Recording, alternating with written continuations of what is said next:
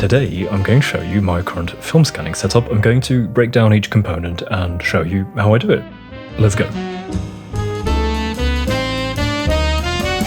So this video is going to be structured in a couple different parts. I'll leave timestamps so that you could just skip around to what you want to see.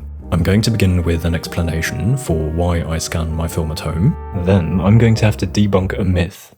No, sorry, that sounds way too dramatic. There appears to be a common misunderstanding when it comes to film photography and the scanning process that I would just like to clarify. And then I'll present every piece of the setup and finally show you step by step how the process works.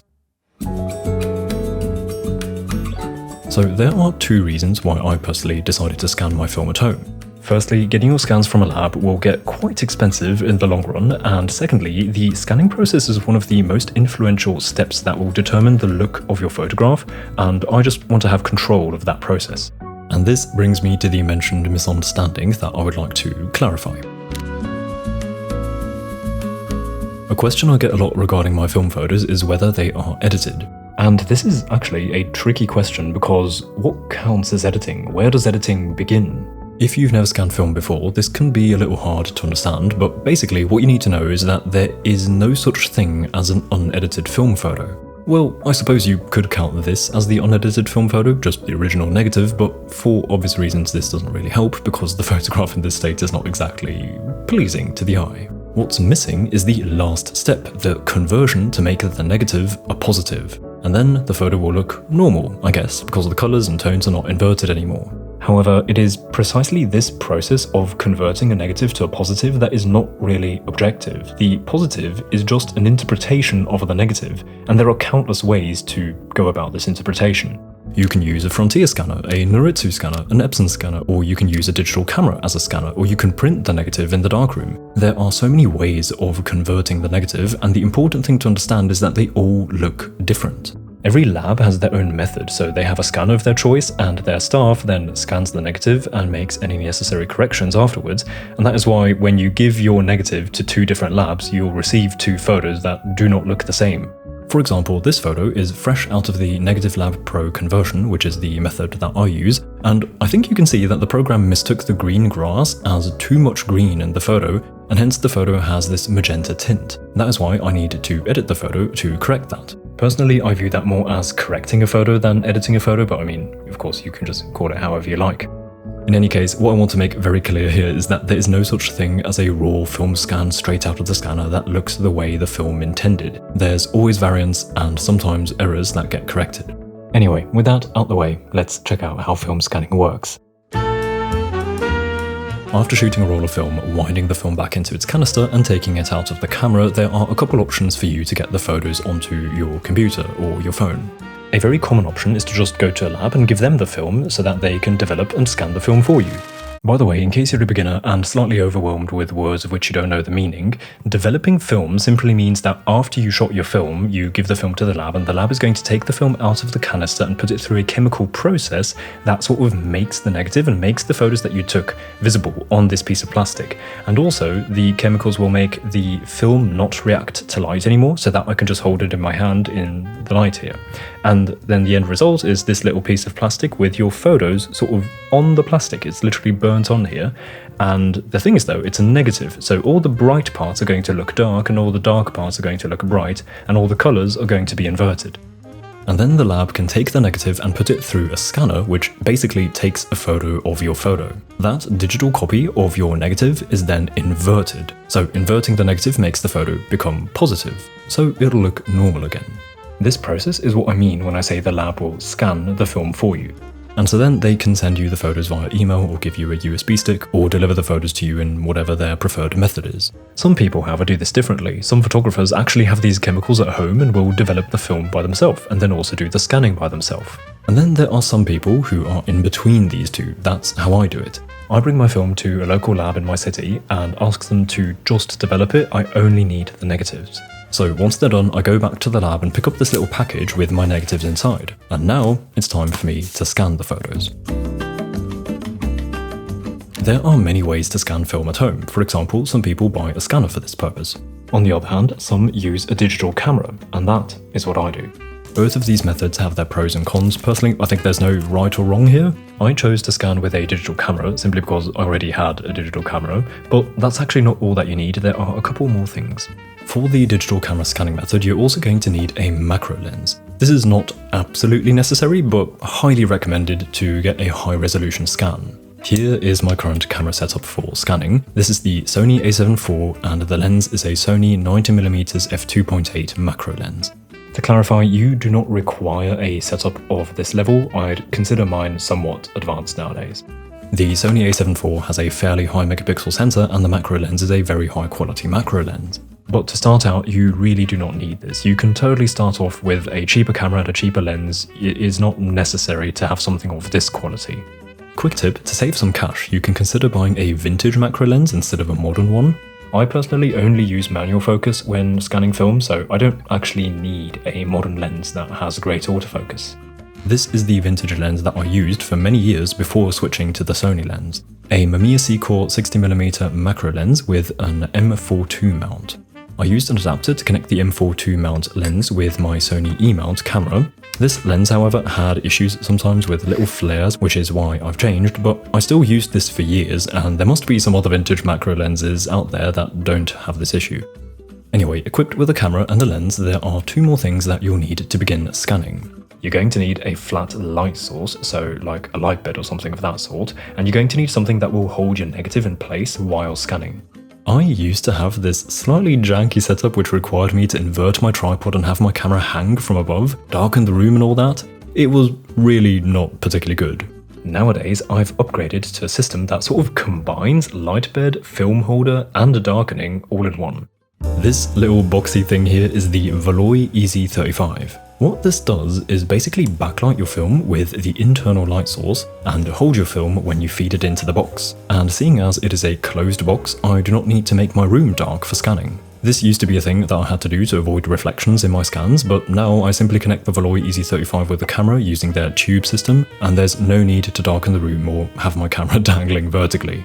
I have to admit, the first time I saw this thing, I was quite skeptical and hesitant for some reason. But then my friend Karen, who also has a YouTube channel, showed it in a video of hers, and it really looked quite promising. And so she sort of convinced me to try it out, and I seriously think it's been such an upgrade to my scanning setup. So much so that for this video, I reached out to Veloy to ask them whether they'd be interested in partnering with me, and they said yes. So this video is sponsored by Veloy, though as said, I bought the product beforehand, they didn't send it to me, and I only contacted them because I was happy with it.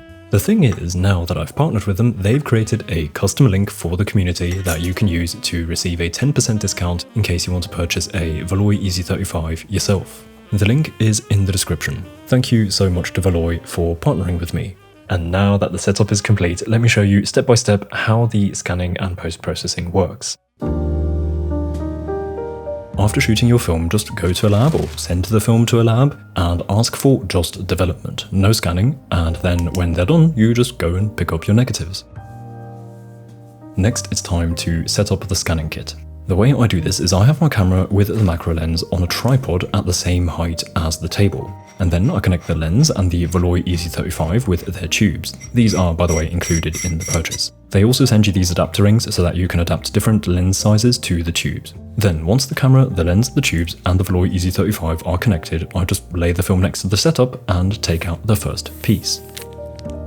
I take the negative and carefully feed it into the Veloy EZ35. I have this little extra brush attachment here, by the way, which sort of dusts off the film as you feed it into the box. To see your negative, make sure that the Veloy EZ35 is on. I always turn it up to the maximum power. It's just plugged in while in use. And then when I turn on the camera, I can sort of see the negative, but obviously I still need to focus. I like to have my lens set to manual focus and turn off the lens's image stabilization because I'm on a tripod anyway.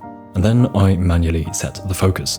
For this, I like to set the lens to a low aperture, like f2.8, to really nail the focus before increasing the aperture, which I'll touch on later. When focusing, it's ideal to look for some spots where the structure of the grain is quite visible because you want to set your focus on the grain. If you have clear edges in your photograph, you can focus on them, but this can sometimes lead to mistakes, so focusing on the grain, if possible, is the safer method. Then, once the focus is set, I get out of the close-up inspection mode and check the frame. What you want to look out for is to fill as much of your frame as possible with the negative, because the more the negative covers the sensor, the higher your resolution will be, because you will not need to crop away the edges. To do this, you need to find the optimal distance between the lens and the negative. This is why the Veloy EZ35 comes with multiple tubes in different sizes so that you can find the combination that suits your setup. My edges are a little big actually, but seeing as the Sony a7 IV has a 33 megapixel sensor, I'm fairly flexible when cropping, so that's not a problem. So once you're happy with your frame and your focus, it is time to dial in your settings. I used f2.8 to set my focus, but then for the actual scanning, I closed the aperture a little because I want a deeper depth of field in case, I just slightly bump the setup and it moves a little tiny bit or something like that. But also because lenses usually have their sharpest performance when they are stopped down a bit. Every lens has their sort of most sharp aperture, you'll just have to Google yours. I actually don't even know mine, I just shoot at f8 because that should be fine. Most lenses have their sharpest point somewhere in the f5.6 to f8 region. Then I need to set the exposure accordingly. Seeing as I've stopped down to f8, the image has become a little dark. I like to keep my ISO as low as possible to avoid any noise, and so I use the shutter speed to control the brightness. I usually shoot with a somewhat slow shutter speed, but nothing super slow. What you want to look out for here is that your exposure is balanced or even slightly overexposed. Overexposed in the sense that the histogram leans more towards the right than the left, but without actually clipping anything.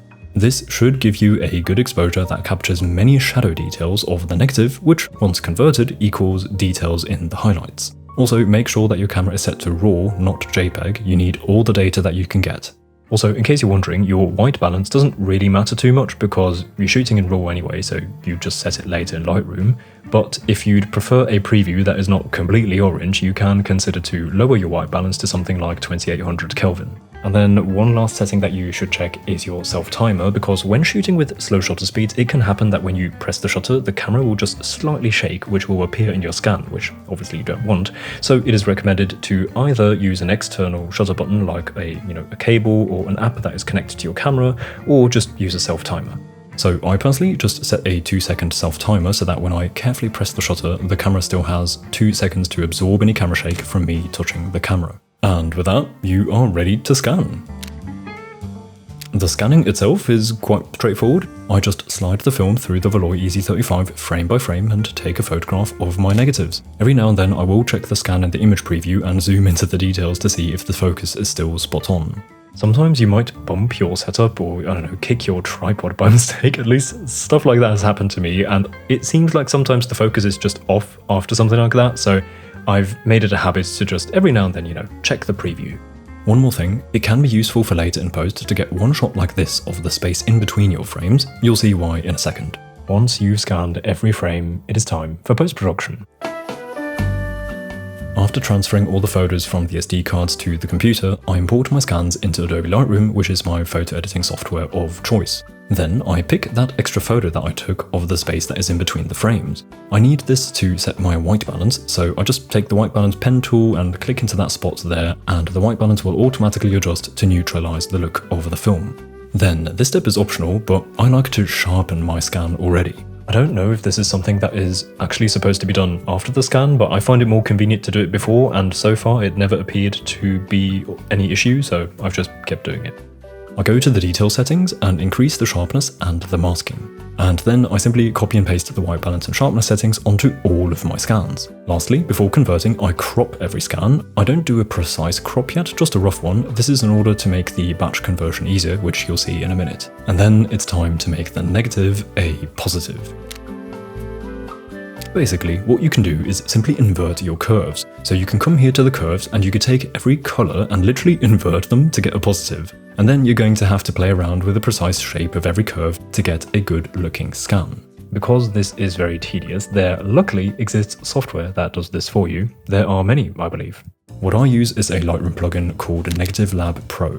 You can download it for free and try it out, and then purchase a license key if you want it. So the way this works is that I select a bunch of negatives. You can select all of your negatives, but if there's a big change in their look, like 10 shots that were shot outside in the sunshine and another 10 that were shot inside in moody interior lighting, I usually just select a batch of similar photos to work in chunks. But I think you can actually just select all of your shots. With my shots selected, I open one of them in the Develop tab in Lightroom and then open Negative Lab Pro. Here I set a couple things, let's walk through them one by one. For the type, I select negative because what we have here is a negative. For the source, I select a digital camera because that is what I used. For color model, you can kind of pick whatever you like, I think. I'm not really sure. I haven't done much experimentation here, but I've used both the Noritsu and the Frontier, and both seem fine to me.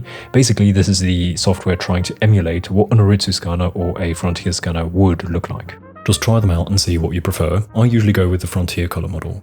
And then for pre-saturation, I just stick to the default setting. I can always add saturation later. And then the border buffer is quite important. To get an optimal conversion, Negative Lab Pro wants to analyze your negative, but only the actual photograph, not the edges. Those can throw off your scan, which is why you can use this border buffer, which tells Negative Lab Pro how much of the border is not to be analyzed because it's not part of the photograph.